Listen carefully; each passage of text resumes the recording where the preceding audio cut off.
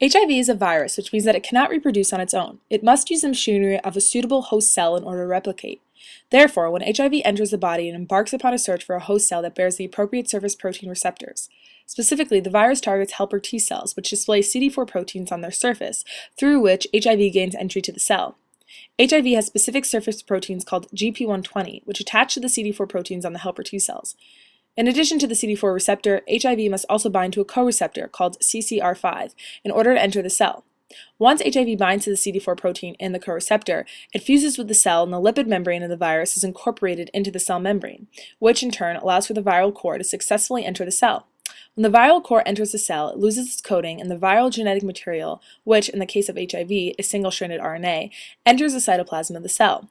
Viral enzymes called reverse transcriptase convert the viral RNA into DNA in preparation for integrating the viral genetic material with the cell's DNA.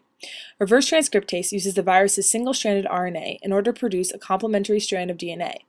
Once this strand has been created, the single-stranded RNA is destroyed and reverse transcriptase uses a newly formed DNA as a template to form a second strand of DNA. Once this double-stranded viral DNA has been produced, it enters the cell's nucleus along with a viral enzyme called integrase. This enzyme helps to incorporate the viral DNA into the cell's chromosomal DNA.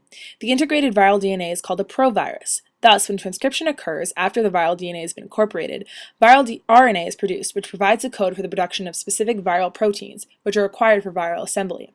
The HIV proteins ultimately congregate along with the viral RNA and a new virus particle is created.